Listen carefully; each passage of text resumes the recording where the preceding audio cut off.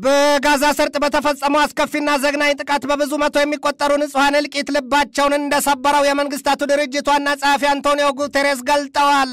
በጋዛ ሰርጥ ሆስፒታል ላይ በተፈጸመው ጥቃት እስራኤልና ሐማስ እርስ በርስ እየተወነጃጀሉ ነው። እስራኤል በማዕከላዊ የጋዛ ሰርጥ በፈጸመችው ከባድ የአየር ጥቃት የሐማሱን ከፍተኛ አዛዥ አይማን ኖፋልን መግደሏን አስታውቃለች። በሌላም ዜና የሊባኖሱ ጦረኛ አንጃ ሂዝቦላ በበኩሉ የጦር ኃይሉን በተጠንቀቅ ማቆሙና ለጦርነት ማዘጋጀቱ ተገልጧል። ይህንኑ ርዕሰ ጉዳይ በዓለም አቀፉ ትንታኔ ዘገባችን መርጠን ተመልክተነዋል። ከትንታኔ ዘገባው ጋር ትዕግስቱ በቀለ ነኝ። የአሜሪካው ፕሬዚደንት ጆ ባይደን ትናንት አመሻሽ ላይ ከቤተ መንግስታቸው ለቀው ወደ እስራኤል መጓዛቸው ተገልጧል። በከፋ የሐዘን ሰቆቃና ለቅሶ ላይ ያለችዋ ወዲያም ደግሞ የፍልስጤሙን ጦረኛ አንጃ ከምድር ፊት ለማጥፋት የእግረኛ ውጊያ ዝግጅት ውስጥ ጥርሷን ነክሳ ያሸመቀችዋ ይሁዳዊቷ ሀገር እስራኤል ባይደንን ከተቀበለቻቸው እንባ በሚያፈሱ አይኖቿና በተሰበሩ ቅስሞቿ ነው። ባይደን በእስራኤል ጉብኝት ለማድረግ በዚያ ምድር የደረሱት በብዙ መቶ የሚቆጠሩ ፍልስጤማውያን በእስራኤል የጦር አውሮፕላኖች በጋዛ ሰርጥ ሆስፒታል ውስጥ ከተገደሉ ከሰዓታት በኋላ ነው። ዛሬ ድፍን ዓለምን በሐዘን ልቡን የሰበረውን የጋዛ ሰርጥ ሆስፒታል የሮኬት ጥቃት የፈጸመው ሐማስ በተሳሳተ ኢላማ ነው ስትል እስራኤል ትገልጣለች። እንደ እስራኤል ባለስልጣናት የአልአህሊ ሆስፒታል ላይ በተፈጸመው የጅምላ ፍጅት ድፍን የመካከለኛው ምስራቅ ቀጠና እልህ፣ ሐዘንና ቁጣምባና ደም መሳ ለመሳ ሆነውበታል ነው የሚባለው። የዚያ ቀጠና ጉዳይ ካልተበጠበጠ አይጠራም። ምን ሆኖ የሚቀር አይደለም። ከተበጠበጠ ላይ ጠራ። የተቃውሞውና የቁጣው ነገር ገንፍሎበታል። በመንግስታቱ ድርጅት ውስጥ በአባልነት ያሉት 22ቱ የአረብ ሀገራት በጋዛ ሰርጥ ያለው ሆስፒታል ከተመታና ከ500 በላይ ሰዎች ከሞቱ በኋላ ጦርነቱ በአስቸኳይ ይቆም ዘንድ በቁጣ ጥያቄ ማቅረባቸው ነው የተሰማው። የአረብ ዓለም ሀገራት ለጋዛ ሰርጥ ነዋሪዎች የእርዳታ አቅርቦቱን በተገቢው እንዲቀርብና በግዳጅ የማፈናቀሉ ነገር እንዲያበቃ ጠይቀዋል። አሁን በአረብ ዓለምና ከዚያም ውጭ ባሉት ሀገራት ተቃውሞና ቁጣው በርትቷል። ሐማስ ለአልሃሊ ሆስፒታል ጥቃትና የብዙ መቶ ሰዎች ሞት የእስራኤልን የአየር ጥቃት ሲያማርር ሂዝቦላ በሊባኖስ ዕለቱን የቁጣ ቀን ብሎታል። በቤይሩት በሚገኘው የአሜሪካ ኤምባሲ ሂዝቦላ ባስተላለፈው ጥሪ መሰረት ተቃውሞ አራማጆቹ ድንጋይ እየወረወሩ ባገኙት ላይ ሁሉ እሳት እያያያዙ በተቃውሟቸው መግፋታቸውን የአዣንስ ፍራንስ ፕሬስ ዘገባ ያትታል። የግብፁ ፕሬዚደንት አብዱል ፈታህ አልሲሲ እስራኤል አውቃ በቦምብ ያጋየችው ነው ሲሉ አውግዘው እስራኤል በግልጥ የዓለም አቀፉን ሕግ ተጻራለች ሲሉ ገልጠዋል። የተባበሩት አረብ ኤምሬትና ሩሲያ በበኩላቸው የጸጥታው ምክር ቤት አስቸኳይ ስብሰባ ይቀመጥ ዘንድ ጥሪ አቅርበዋል። በዚያ በጋዛ ሰርጥ ባለው የአልሃሊ ሆስፒታል የዚያን መሰል አሰቃቂ ድብደባ ሲወርድበት በውስጡም በውጩም የነበሩት በከባድ ቁስለት እየማቀቁ የሚያጣጥሩ ከህፃን እስከ አዛውንት ያሉ ወዲያም የእስራኤልን የማያባራ ጥቃት ሸሽተው የተጠለሉ ፍልስጤማውያን ናቸው።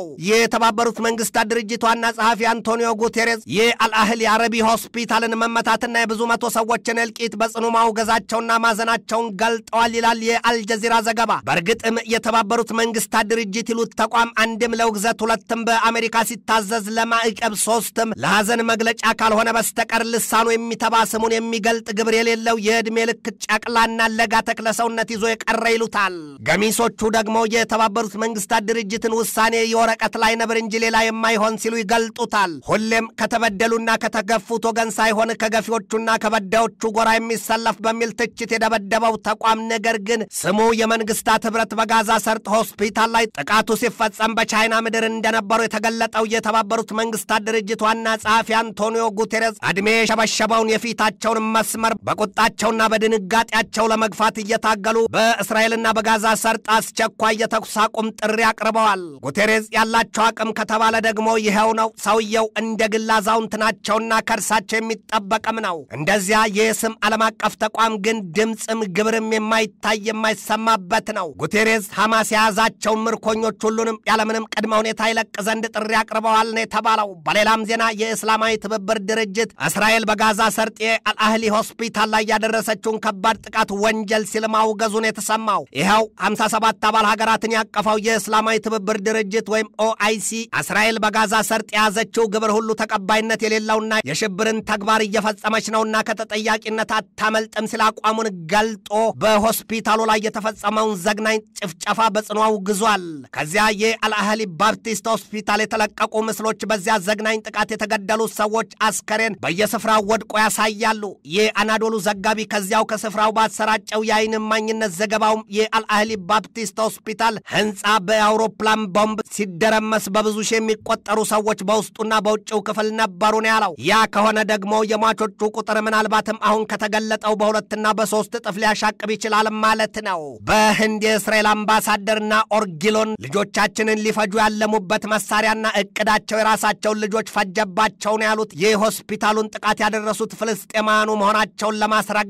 ይሄ ማለት ደግሞ በኢትዮጵያውያን የሰው ፈላጊ ራሱ ያጣሊሉትን መሆኑ ነው። ጊሎን አልዋክለውም የሐማስ አሸባሪ ቡድን የእስራኤልን የመከላከያ ኃይል እጅጉን ፈርቶታል፣ ይገባበትም ጠፍቶታል ነው ያሉት ሲል የአኒኒውስ ዘገባ በስፋት ያትታል። ያ አሁን በግልጥ በማን እንደተመታ ባልታወቀው የጋዛ ሰርጥ አልአህሊ ባፕቲስት ሆስፒታል ጦርነቱ ከተጀመረ ጊዜ ወዲህ በየቀኑ ከ1000 በላይ ህሙማን እንደሚገቡበት ይነገራል። የአልአህሊ ሆስፒታል 2500 አልጋዎች ያሉት ነው። እነዚህ አልጋዎች ደግሞ አሁን ለመርፌ ጠብታ ውሃ ማሳረፊያ እንኳን በቸገረ የህዝብ ብዛት ተሰግስገውበት ባለበት አጋጣሚ ነው የዚህ አሰቃቂ ጥቃት የተፈጸመበት። አሁን በጋዛ ሰርጥ ሁሉም ነገር በቅጽበት እጅጉን አስከፊ ወደሆነ አዘቅት እየገባ መላውን ዓለም እያነካካና ዳፋው ለሁሉም እየተረፈ ነው። የጋዛ ሰርጥ የጤና ስርዓት በስድስት አገዛዞች ስር ማለፉን ማስታወስ ያስፈልጋል። እስከ መጀመሪያው የዓለም ጦርነት ማብቂያ ድረስ በኦቶማኖች ሲተዳደር ከ1917 የአውሮፓውያኑ እስከ 1947 ድረስ ደግሞ በእንግሊዞች ከ1949 እስከ 1967 በግብጾች ከዚያ በኋላ በ1967 በእስራኤል የጤና ባለስልጣናት ስር እንደነበረና ከአውሮፓውያኑ 1995 እስከ 2006 በፍልስጤም ባለስልጣናትና ከዚያ ወዲህ ደግሞ የትናንቱ ዘግናኝ ጥቃት እስከተፈጸመበት ጊዜ ድረስ በሐማስ ይተዳደር እንደነበር ነው የስሌት ዘገባ የሚዘረዝረው። አሁን በከባድ የፈንጂ ጥቃት ተደረማምሶ በውስጡ ያሉትን ነፍሳት በድን ያደረገው የዚያ የጋዛ ሰርጥ የአልአህሊ አረቢ ሆስፒታል ያስነሳው እሳት ራሷን እስራኤልን መልሶ ካልበላት ከምላሴ ጸጉር ይነቀል ስትል ኢራን እየዛተች ነው። የኢራኑ ፕሬዚደንት ኢብራሂም ራይዚ የዛሬን ቀን የህዝባዊ የሐዘን ቀን ሲሉ ሰይመውታል። ራይዚ ለመግለጫ ተቀምጠው ሲናገሩ ያ የተንጀረገገው አሪዛቸው እያንዳንዱ ጸጉር የተቆጣ ይመስል ሲርገበገብ ይታያል። ሰውየው ሁሉም ነገር በእጃቸው ያለም ይመስል ዓለም ያየዋል፣ ይሰማዋል። አሜሪካና እስራኤል በጋዛ ሰርጥ የአልአህሊ ሆስፒታል ላይ በጣሉት ቦምብ የህዝብን ነፍስ ቀምተዋል። እነዚያ ፍልስጤማውያን ሕይወታቸውን አጥተው እነርሱ አይቀሯትም ነው ያሉት።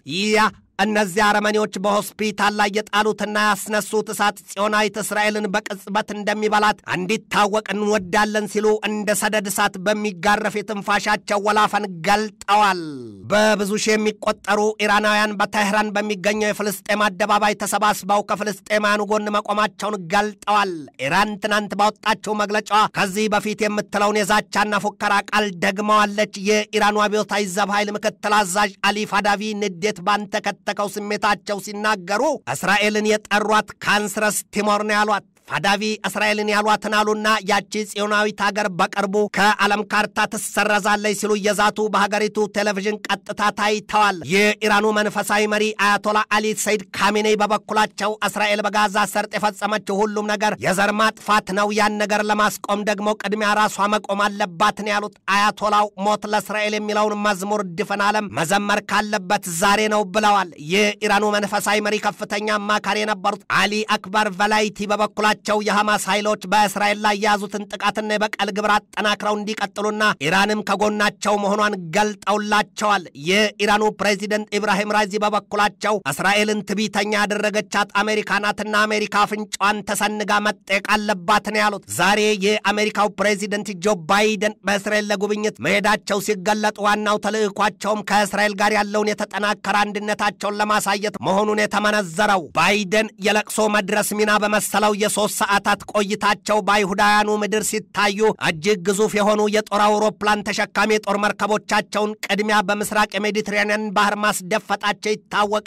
ባይደን የኢራንና የዚያ ቀጠና ጦረኛ አንጃዎች በጋዛ ሰርጥ ጦርነት እጃቸውን እንዳያስገቡ በተደጋጋሚ ያስጠነቅቃሉ። ኢራን በበኩሏ ለመካከለኛው ምስራቅ ጦርነት ዋናዋ ተጠያቂ አሜሪካ ናት ስትል ተጠያቂነቱን ለአሜሪካ ታከናንባታለች። እስራኤል በጋዛ ሰርጥ በያዘችው ዘግናኝ ጥቃት ሐማስ ኢራንና ሂዝቦላን ከጎን ለማሰለፍ የመመሳጠራቸው ነገር በአሜሪካ ባለስልጣናት ዘንድ ቁጣን ፈጥሯል። የአሜሪካው ሴናተር ሊንድሴይ ግራሃም ዛሬ በሰጡት ማብራሪያ በኢራን የሚደገፈው ሂዝቦላ በእስራኤል ላይ ጥቃት የሚፈጽም ከሆነ አሜሪካ በቀጥታ የኢራንን የነዳጅ ዘይት የመሰረተ ልማት ሀብት መምታት አለባት ሲሉ እሳት ለኩሰዋል። ከዚያም ውጪ የአሜሪካ ሴናተሮች ጦርነቱ እየከፋና እየገዘፈ ከመጣም አሜሪካ በቀጥታ በዚያ ጦርነት ትጠብቃችኋለች ፊት ለፊት ሲሉ አስጠንቅቀዋል።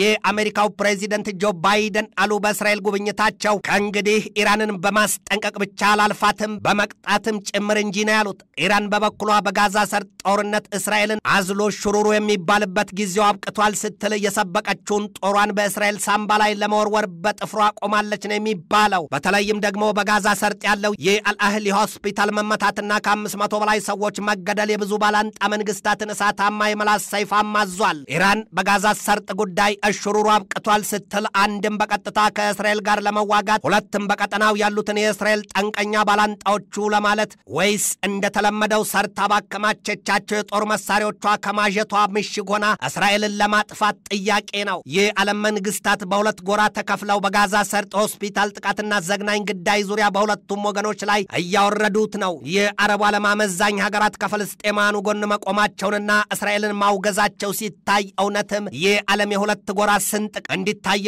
አድርጓታል።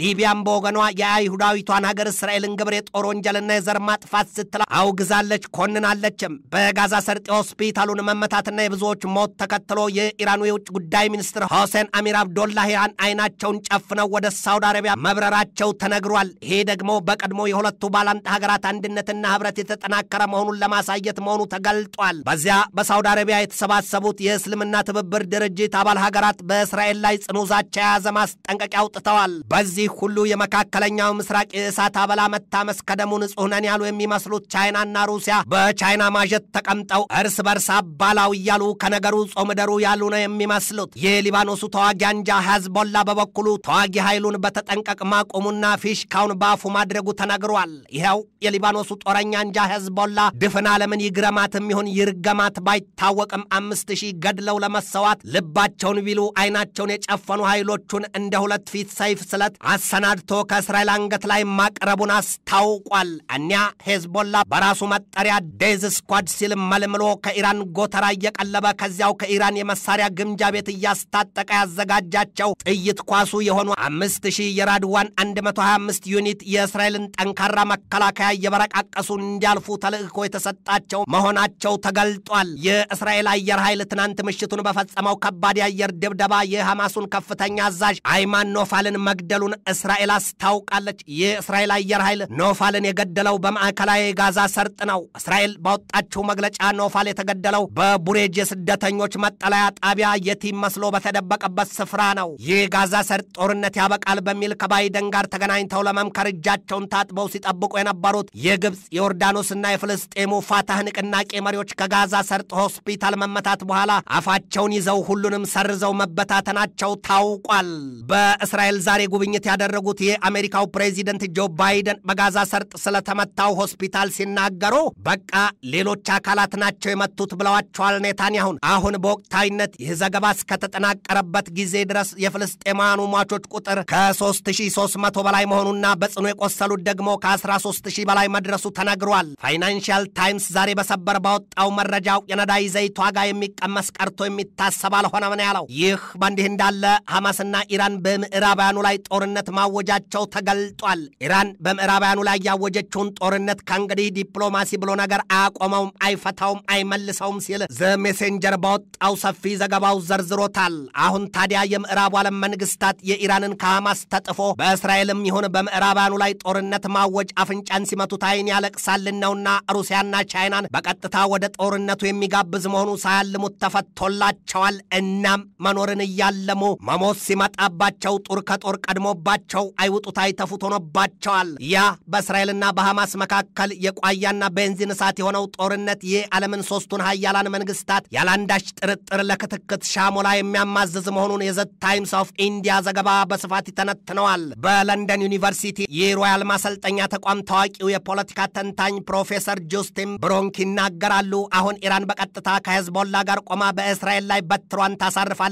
ከዚያ አሜሪካ እንዴት ስትል በኢራንና ሄዝቦላ ላይ ቀድሞውኑ ማስጠንቀቂያ አውጥታለችና ከዚያ በኋላ ጉዳዩ ዕድሜ ይፍታህን ሆኖ አሜሪካ በሜዲትራኒያን ባህር ያስደፈጠቻቸውን የጦር መርከቦቿንና የጦር አውሮፕላኖቿን እንደ ግሪሳ ወፍ በኢራን ላይ ታፈሳቸዋለች ይላሉ። ከዚያ በኋላ ደግሞ ጉዳዩ ሆድ ያባውን ብቅል ያወጣዋልን ነውና ሩሲያና ቻይናም ከአሜሪካ በተቃራኒ ከኢራን በተዛምዶ ይሰለፋሉ። ምድር ያን ጊዜ ታከትማለች። አበቃ። የሶስተኛው ዓለም ጦርነት እኮ በዳኛ ፊሽካ የሚጀመር አይደለም። ዓለም ያ የሚመስለው ከሆነ አይደለም እመኑኝ ጉዳዩ አብቅቷል ነው ያሉት። ያ ጆ ባይደን የአርማጌዶን ጦርነት፣ የቻይናው ፕሬዚደንት ሺ ጂንፒንግ የኒውክለር ጦርነት፣ የሩሲያው ፕሬዚደንት ቭላዲሚሮቪች ፑቲን ደግሞ የሶስተኛው ዓለም ጦርነት ሲሉ በፕሬዚደንታዊ ትንቢታቸው ቀድሞ የተነበዩለት ጦርነት። ትንታኔ ዘገባውን ስናዘጋጅ በዋቢነት ዘፕሪንትን፣ ማላይ ሜይልን፣ ሜይል ኦንላይንን፣ ዘናሽናልን፣ ዘዋሽንግተን ፍሪ ቢያከንን፣ ሜምሪን፣ ኒውስ ማክስን፣ ዋሽንግተን ኤግዛማይነርን፣ ፎክስ ኒውስን፣ ዩኔት ኒውስን፣ ሚረርን፣ ኢንዲያ ቱዴይን፣ ዘሞሌይፉን፣ ተህራን ታይምስን፣ ፍራንስ 24ን፣ ኒውዮርክ ፖስትን፣ ዘስትሬት ታይምስን፣ ዩሮኒውስን፣ ዘዊክንና ዋን ኢንዲያን ተጠቅመናል።